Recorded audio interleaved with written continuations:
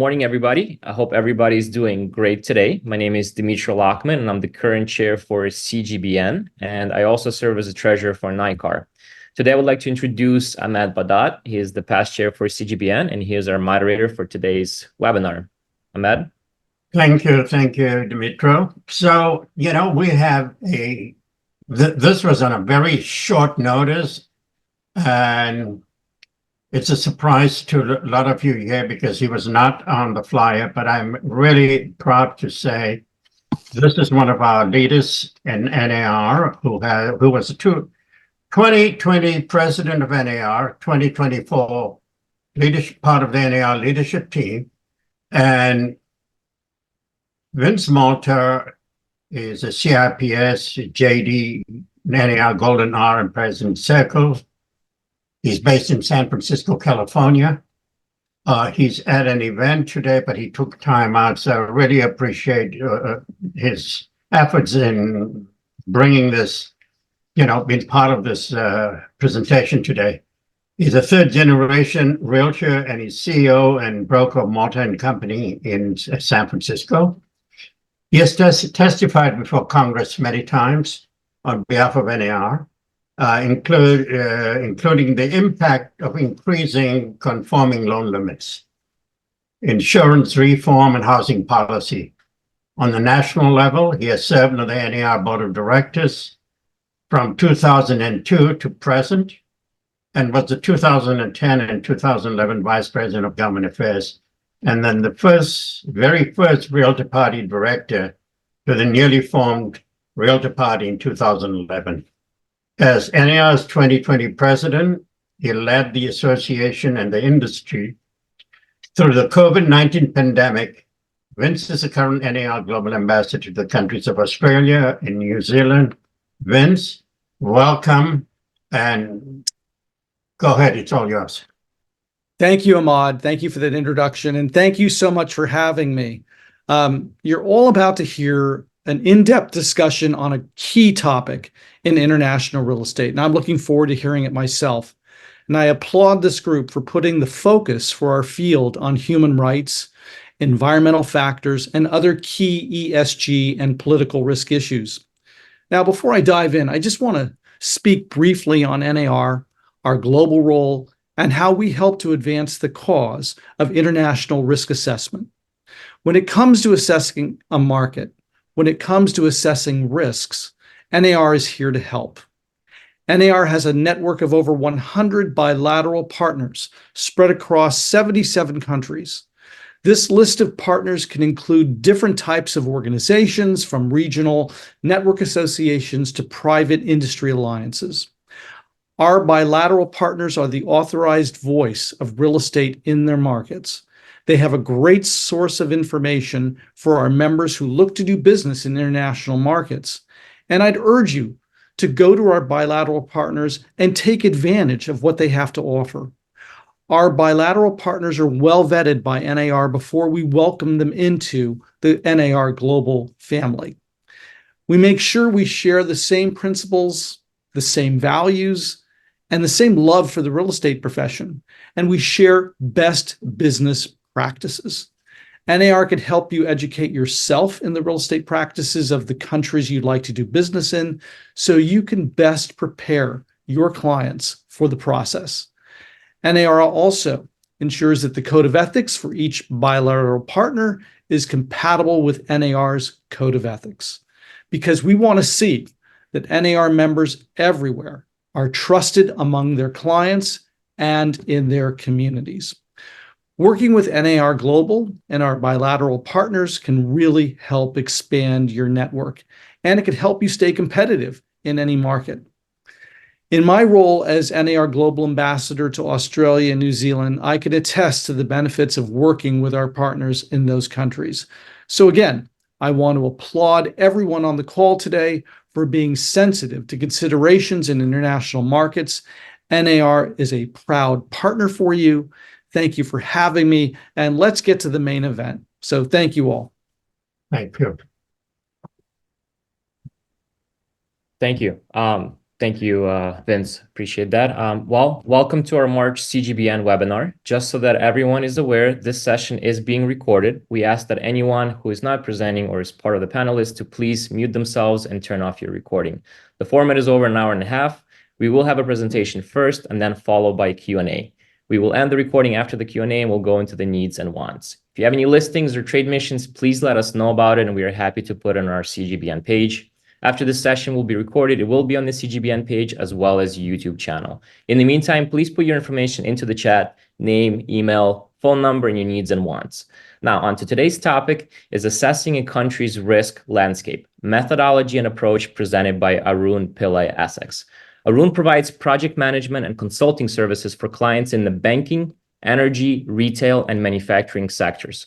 He focuses on data-driven geopolitical risk assessments for both corporate and financial services clients. He has experiences working on a variety of client solutions, including ESG due diligence, market entry analysis, and bespoke political risk assessments. And he has been cited in the Bloomberg, CNBC, and BBC World News, amongst other publications. Arun holds a bachelor's degree from McGill University and a Master of Public Policy and Political Science from the London School of Economics. I'm pleased to introduce Arun. Arun. Thank you very much. Thank you very much for the introduction, and thank you very much for inviting me to this. I'm just going to be sharing a few slides during my presentation, so just bear with me as I bring those up right now. Please let me know if people can see the slides. Just a thumbs up. Okay, excellent. Well, thanks very much. So for today, I'm going to talk a little bit about ESG risk. Benchmarking that risk. How do you compare, jurisdictions according to environmental issues, human rights issues, political risk issues, and just what is the purpose of that? Why is it important? We'll also, the second half of this, look at some of the kind of key ESG risk issues that we're monitoring as a business, and me myself when I work with clients on these issues. And then of course we'll have some Q&A towards the end. So just before I jump in, just a little bit about kind of where I'm kind of coming from. So I'm a principal consultant, and Dimitro, thanks very much for that introduction. So I work a lot with corporates, investors on these topics. I guess our main way of approaching these things is that, we quantify ESG and political risk. So we provide indices and data sets that look at over 190 distinct risk issues that fall within those buckets. So for example, from the political sphere, we look at the stability of the government. To what extent is it able to have a strong regulatory environment? How strong is the rule of law? How strong is property rights? Things like that. On the human rights angle, we look at the scope for how strong the enforcement mechanisms are on rights, including land, housing, and property, whether or not there's forced labor in the labor force, things like that. And then on the environment side, we look at kind of natural hazard risk, exposure to climate change, issues related to water, resource governance, water stress, things of that nature. So we take all of that data and then we apply it in different ways. So I guess just to motivate some of the work I've done and how we use the data, for example, is we worked with a large shoe manufacturer, one of the large kind of European firms that I think we all know.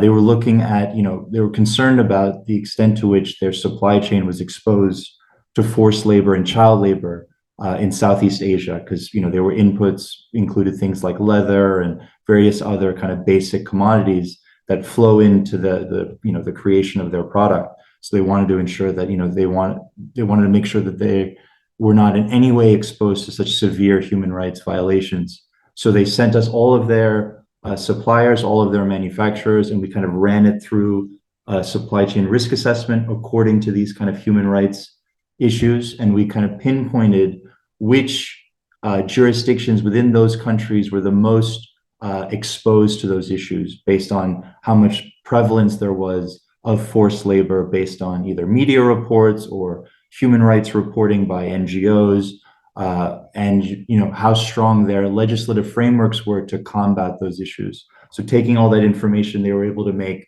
kind of an informed judgment about, maybe we shouldn't be sourcing from this particular municipality in Vietnam or Indonesia or Cambodia, for example. Another kind of application of some of this ESG data and sort of mindset is we worked with a energy company who was very, very concerned about political risk. So they have, a portfolio of assets all around the world, both upstream, midstream, downstream, and they were kind of concerned around the operating environment and just the scope for, change in government to kind of to sort of amend the fiscal tax terms of their long-term investment. So we kind of created a dashboard for them and worked through, what are the kind of issues that would signal that there could be a change in the political risk environment that may adversely impact their investment. And so that was just sort of another application. And I guess lastly, which is sort of maybe more topical, worked with a trade association, a commodity trade association that was very concerned because they had a lot of exposure to sort of Chinese state-owned entities. And given the prevailing US-China dynamic, they were concerned around sanctions risk, and they're worried about the sort of securitization of the sector that they're working in and whether or not their members could be disproportionately impacted by that. So kind of created a scenario assessment and sort of walked through, what would be the triggers for a significant deterioration in the US-China relationship that could impact this association. So this is just sort of a general overview and example, rather, of some of kind of the ESG work that I've been involved with. So I guess it turns now to sort of the so what of ESG. I think we've heard a lot about ESG in the news, and I know that there's maybe some misunderstanding about the word, but also just sort of politicization of the term. What we're really just looking at, what we mean by that is just environmental risk, social risk, governance risk, which I think we all know about a little bit intuitively. But what we found with some clients is that they're sort of like, why do I need to care about this? I've done my legal risk due diligence, I've done my financial risk due diligence. Why do I need to also do diligence on ESG topics? And it's really just because some of the impacts on business can be direct, but some are mostly indirect. So when we think about kind of country risk generally, I like to sort of break it down in three main pillars. So we have the kind of general governance, political risk environment. What is the political landscape of a country? We look at the policy and regulation of that country, which I think we all, have familiarity with why that would be important. And then also the kind of scope for political violence and conflict. To what extent is there actors in the political landscape or stakeholders that could be undermining the stability of this government that we're operating in. So obviously with the policy and regulation pillar, you can see on the slide, so there's a direct impact on all sorts of varying business impacts that, which obviously make sense. For the governance and political risk aspect, that's, I guess, more indirect. A change in the operating environment, a change in government, a sudden one, for example, can have impacts, downstream impacts on a host of issues from the environment, human rights, general economics, but as well. But the thing is, those impacts are, I guess, more indirect, because when there's a change in the political landscape, there's a change in not only the policy and the regulation, but it also could mean a change in the opposition to that government. Are there protests that could, threaten business continuity? Is there change in the general ideological makeup of the government that could see adverse regulations on my sector or any kind of volatility in the operating environment? So these are just some of the examples here on the screen of some of the indirect impacts, just to motivate the kind of so what as to why ESG risk and political risk can be important. So getting to the benchmarking, so moving, I guess, from the so what to like the how to, basically, is that we as a company, we're a data provider for ESG and political risk. So what we usually do with firms, I guess they're most interested in comparing their portfolio against each other according to these risks, or comparing their supply chain, or wherever they have assets and operations, or where their investments are. As you can see on the screen, it's just an example, a visualization of within country and between country variance according to specific sort of risk topics, ESG risk topics. So government stability is an obvious one. We will measure to what extent is the stability of the government, likely for the next 3 to 5 years. In countries where there's more of a rapid change in the governing structure or the ideological makeup, they would be more higher risk. in countries where there's more, I guess, of an ill-defined institutional landscape that's sort of more threatened and more contested, that would also lead to kind of higher risks on the political sort of sphere. A lot of this is kind of context dependent, with emerging markets, I guess unsurprisingly seeing more of the higher risk when it comes to the policy, the regulation, and the kind of political risk aspects. Big variation we've seen from the strength of the rule of law and exposure to human rights generally.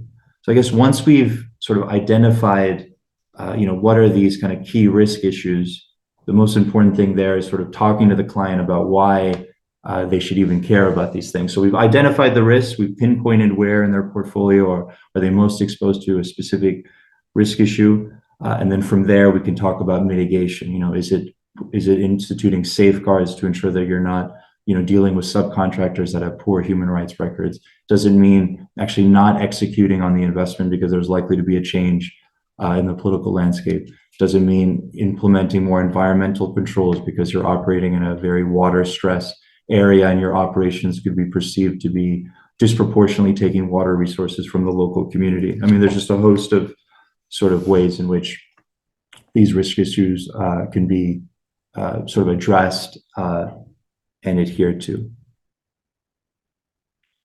And also just thinking, I guess, a bit more generally now as well about the benchmarking of these risks. What we've found is that, when you think about if you're exposed to one particular ESG risk topic that's a human rights issue, for example, if you're operating in an area in which, there seems to be very poor institutional safeguards for freedom of expression, for example, there's a high correlation between, a poor performance in one aspect of human rights with a host of other human rights issues, but also with some environmental issues. So it may seem intuitive that, in an environment where there's a lot of political violence, it means that there's probably likely to be bad or weak institutions when it comes to environmental protections and human rights protections.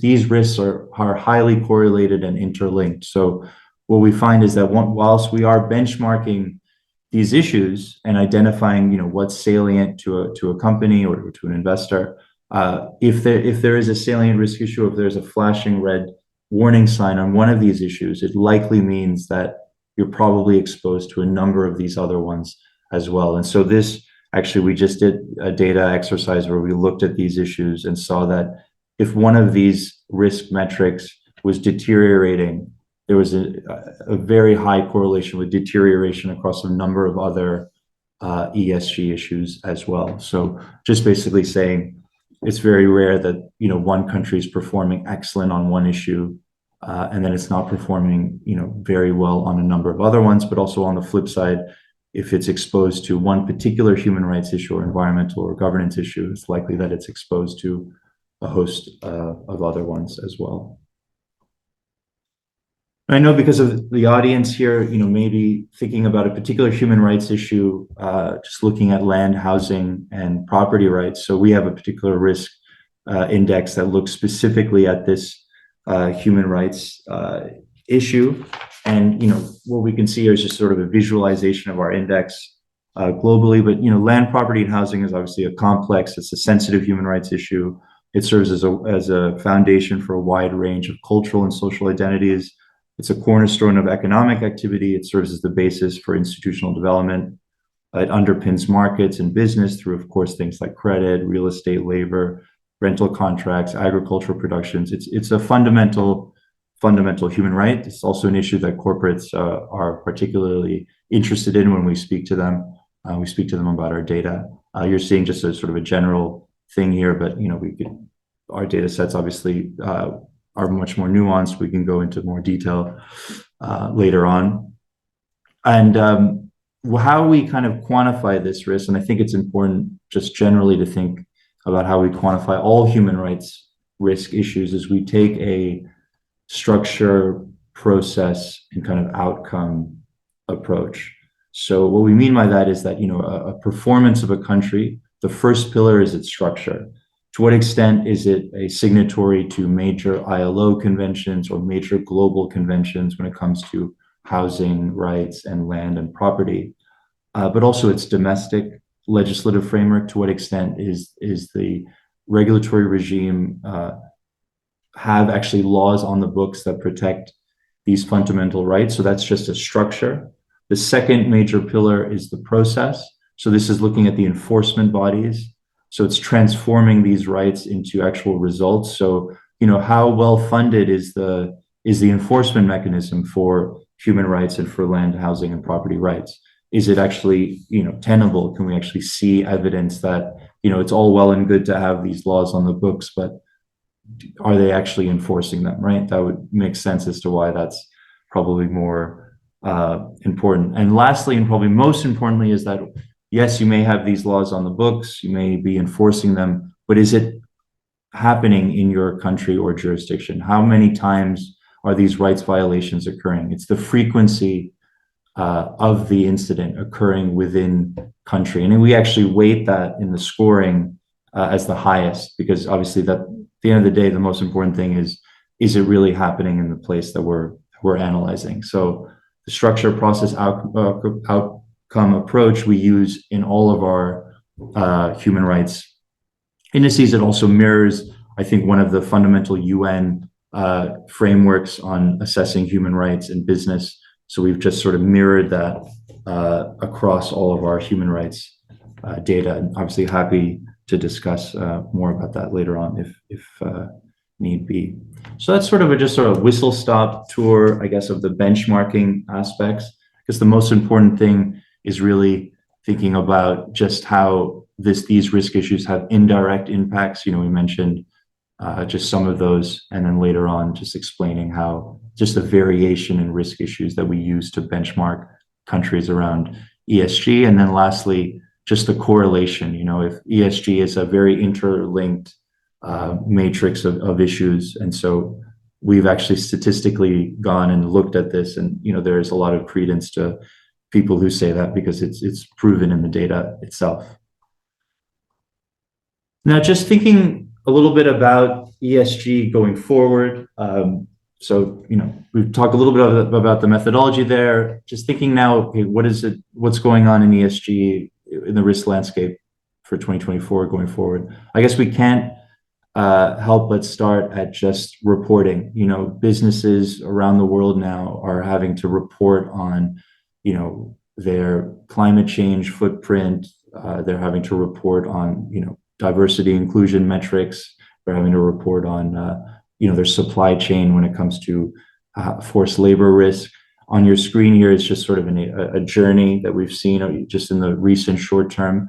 And I guess what you will notice here is just the frequency at which these major rollouts of legislation are occurring. So just in a few years, you've seen huge movements. Obviously, on the environmental side, the task force on climate-related financial disclosures is a big one. The ISSB, those are kind of global standards, and then you have the more, I guess, regional ones, with the EU being a major driver of ESG legislation just generally, with the CSRD, which is the Corporate Sustainability Reporting Directive.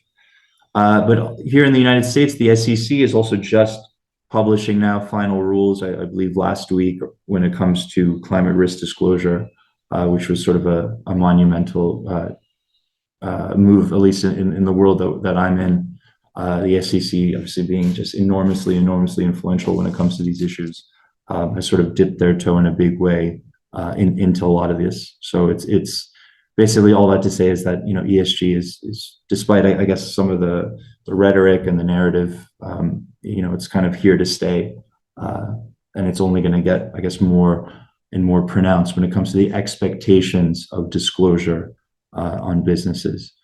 So this is sort of, next slide is really just talking a little bit about that. It's becoming mandatory. So a lot of these are sort of voluntary, but now with enforcement bodies in the EU, US, and global standards, it's starting to become like not only best practice, but kind of a regulatory need.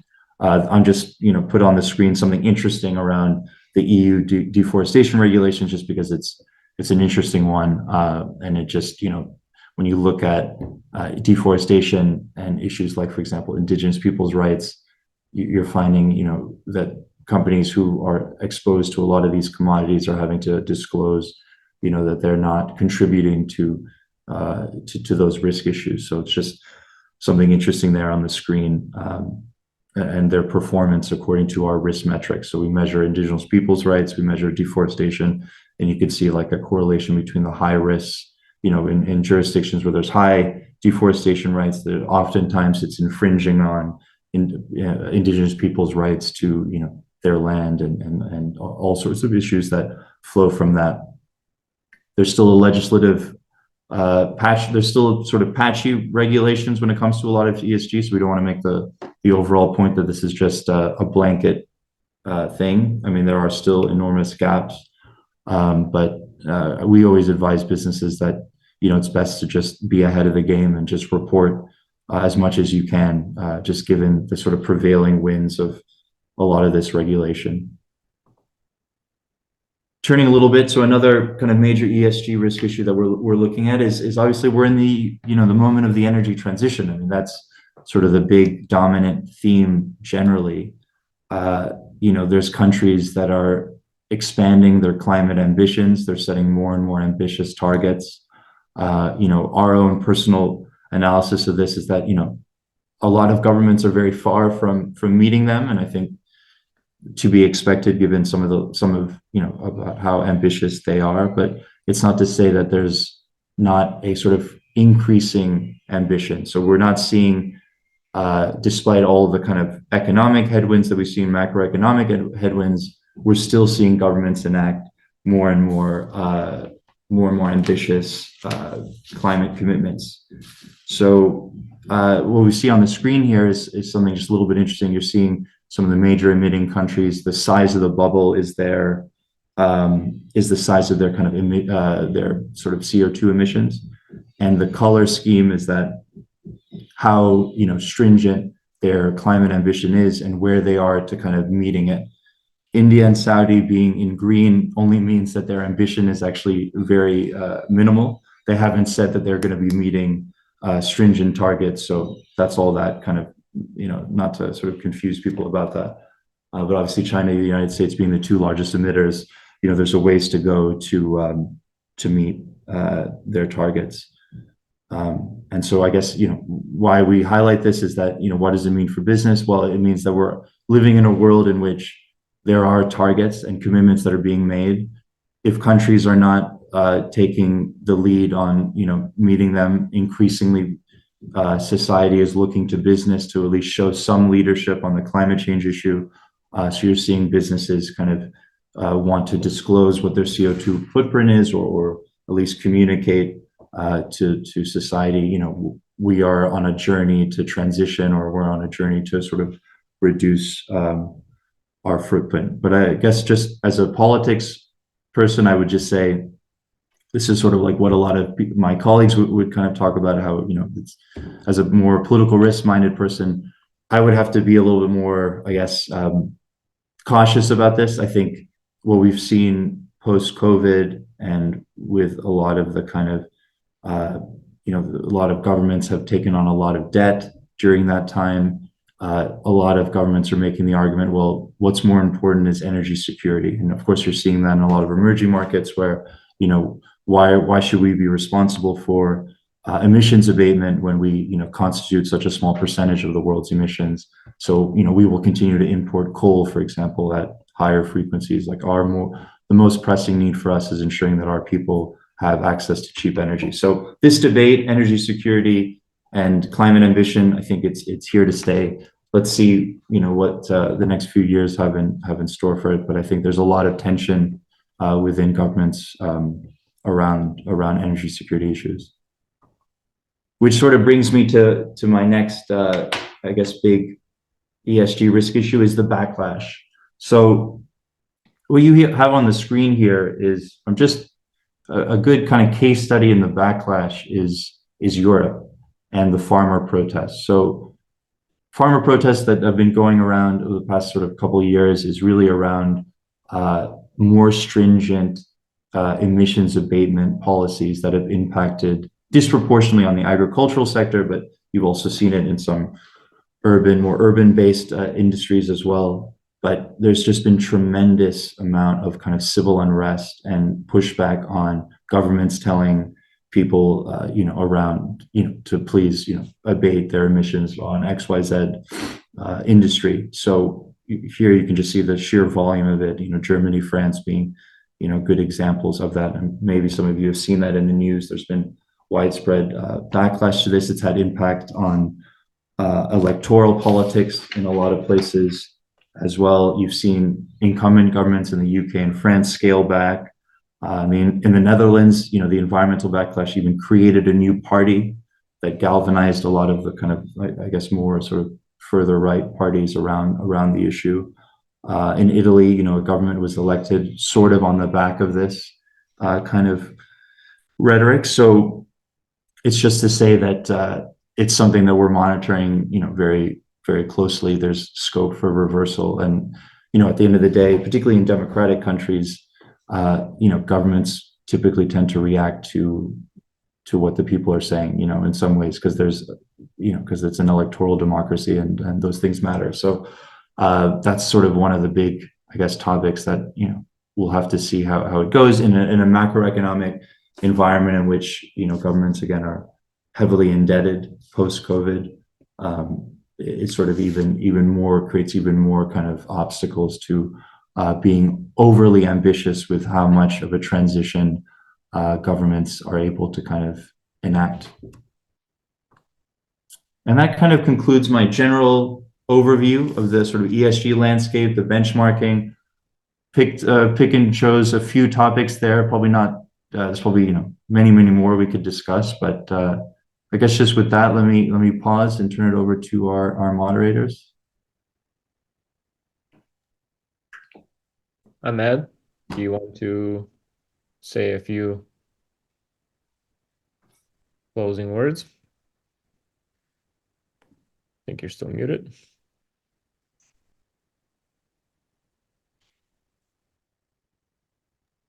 There we go. Arun, that was the best classroom lesson I've had in many decades. In many decades. Absolutely wonderful. I mean, it's a subject matter that really I'm very concerned about, especially with human rights. And I like the way, your whole approach, the company's approach is. But one of the questions I have is, okay, so company ABC decides to invest in a country based on all these, the takeoff and everything that they are concerned about. And it's in keeping with their philosophy, they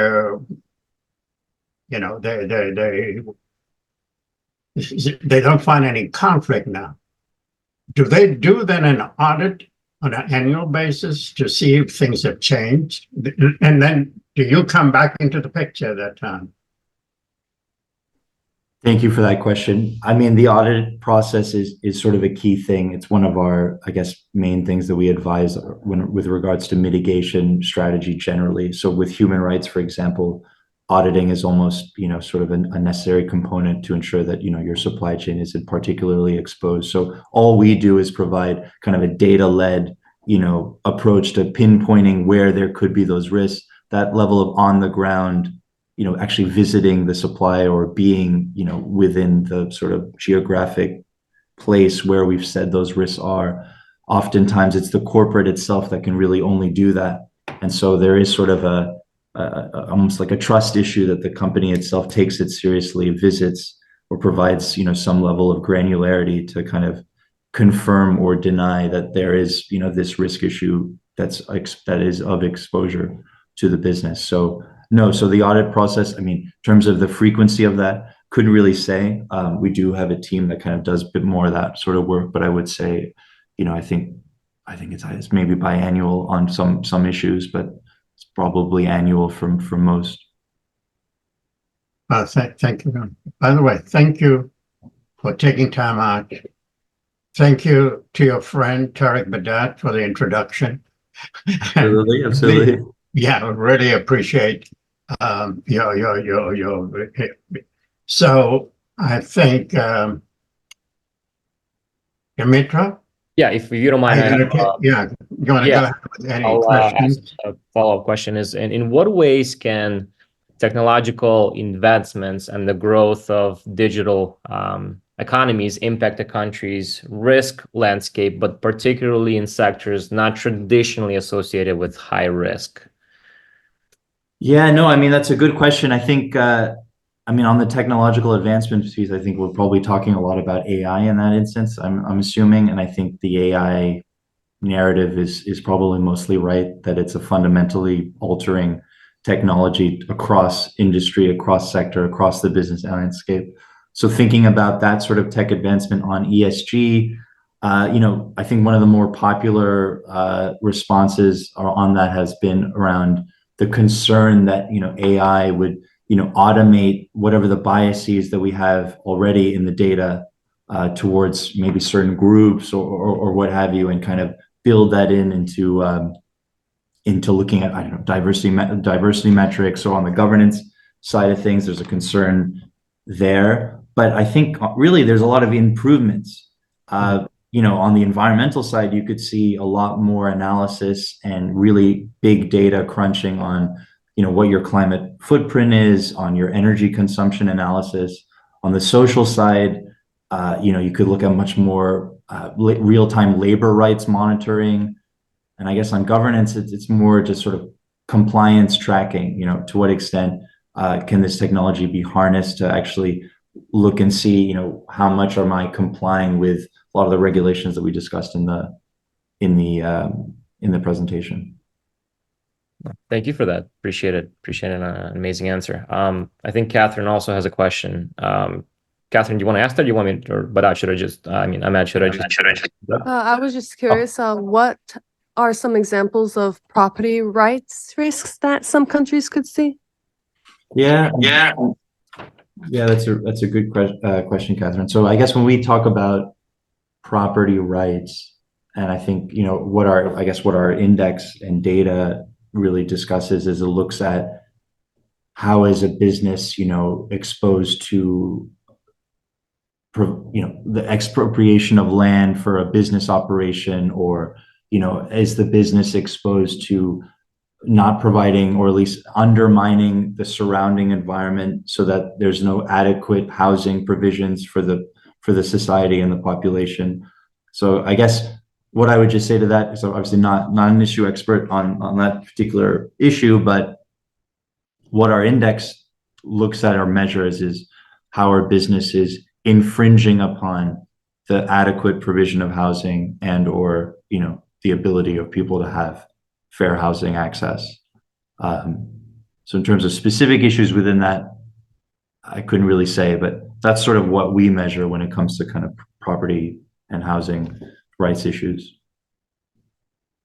Okay, thank you. I have a question.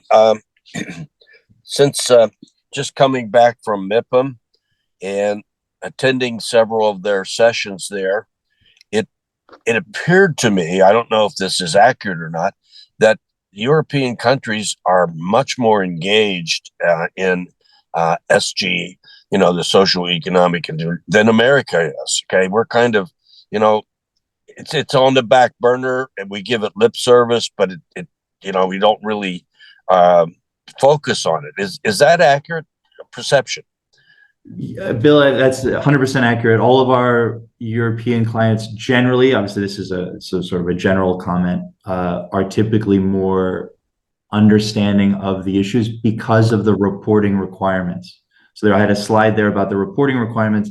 This is almost 10 years old now. They're already having to disclose carbon footprint or forced labor in their supply chains to ensure that's not happening.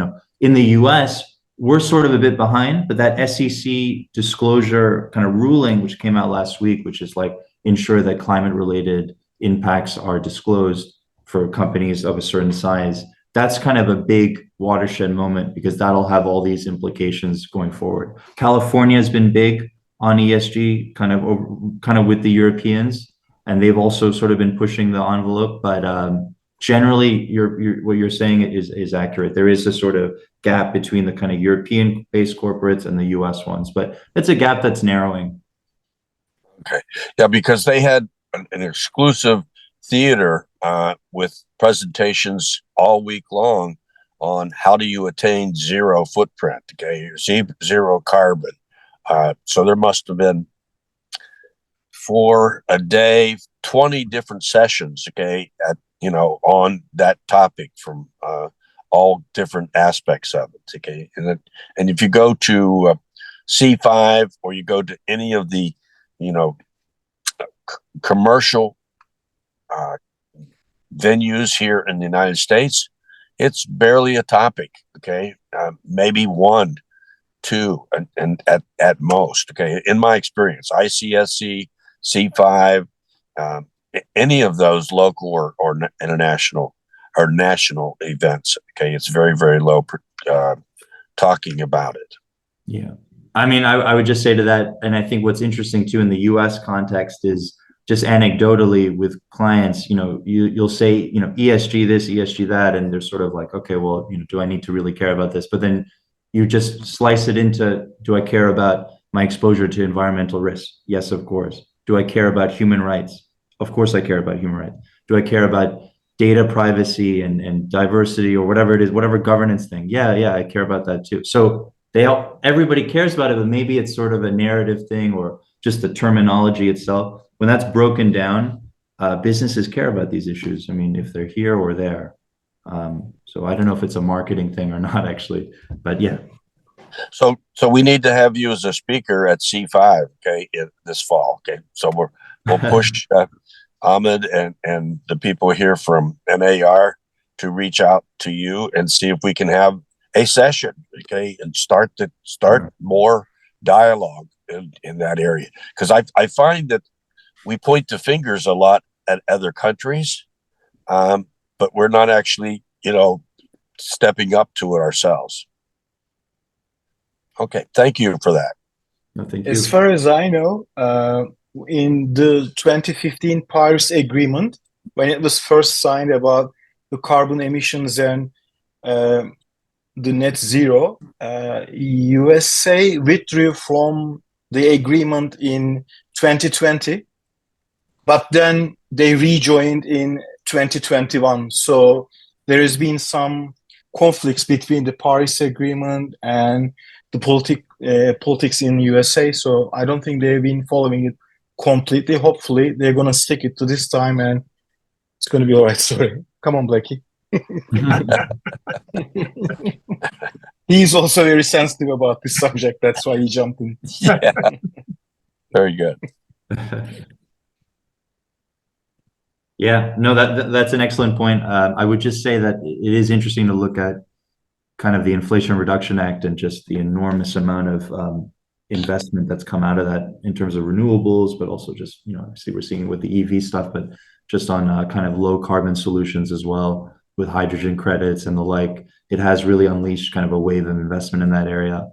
So in the US in an interesting way has used industrial policy to really kind of steer a market-based response to the kind of climate crisis, which will be interesting to see how that plays out, because the Europeans even are concerned about their renewable energy companies actually investing in the US because, we have much more of a, I guess, attractive operating environment for them. So while the US has kind of been stop-start on the climate stuff, with you mentioned Paris Agreement, it is also interesting that they actually are attracting some of the largest investment flows into so-called clean energy compared to anywhere else.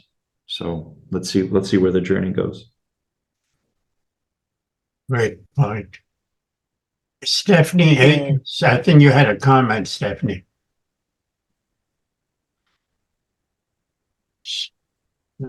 Okay. Let's see. I thought you had a comment. Can I ask a question? Yes, please do. Arun, the very last slide on your presentation, was it just about civil unrest, or because I saw more than half of Europe was red, but Ukraine and Russia were orange. So that kind of was, strange. Yeah. No, I've just re-looked at the slide. No, it's a good point. So basically what we were measuring there is sort of distinct civil unrest. So basically instances of strikes, civil commotion, and the like. Okay. Russia obviously being a more, let's just say, autocratic state, that's not the case. Ukraine, I think if you were to look at our conflict indicators, would be like flashing the biggest red signs imaginable. So we were just measuring kind of a sliver of that. And so actually, interestingly, on our indices, some of the more, I guess, France come off really high risk because there just simply is so many more protests there. It's more engaged civil society and and the like. So yeah, you were absolutely right to see that. It is sort of a bit maybe not as intuitive. Thank you. Stephanie, did you want to I thought you wanted to say something. You had a comment. Oh, no, I just put a comment in the chat when we were talking about MIPIM, and it's kind of interesting how, I mean, I did learn a lot from a lot of the different global partners there, but then also just kind of seeing how the entire theme of the event, the whole event is focused on really being sustainable and kind of, on that road to net zero. So to see the largest real estate conference in the world, and these people coming in from all these different countries, and you think huge developments and lavish, but to see the focus on just driving sustainability and driving just overall this I can't think of the word right now, but my brain is still jet lagged, but just seeing an event of that scale have that on its focus, and then seeing all the global partners come together and have that same focus, it was just really cool. So that was all. It looks like any other questions? I think Just a comment. That was very well said, Stephanie. I'm glad you brought that up. Thank you. No, so I like your point, Bill. We got to get Arun to some of our national conferences. Well, I'm going to send, Vince Malta had to leave. He's at another event, but I'm going to get this once the video is ready. Let him look at it and see, and we'll meet him in mid-year. And I think this is going to be a good introduction from that conversation. Yes. So if we're talking to anybody, I think the recording that we have today, one of the highest responsible to the environment and to the world that we have. And if we can get NAR to view this or see parts of it, maybe we can create the impetus to do more here. Sounds good.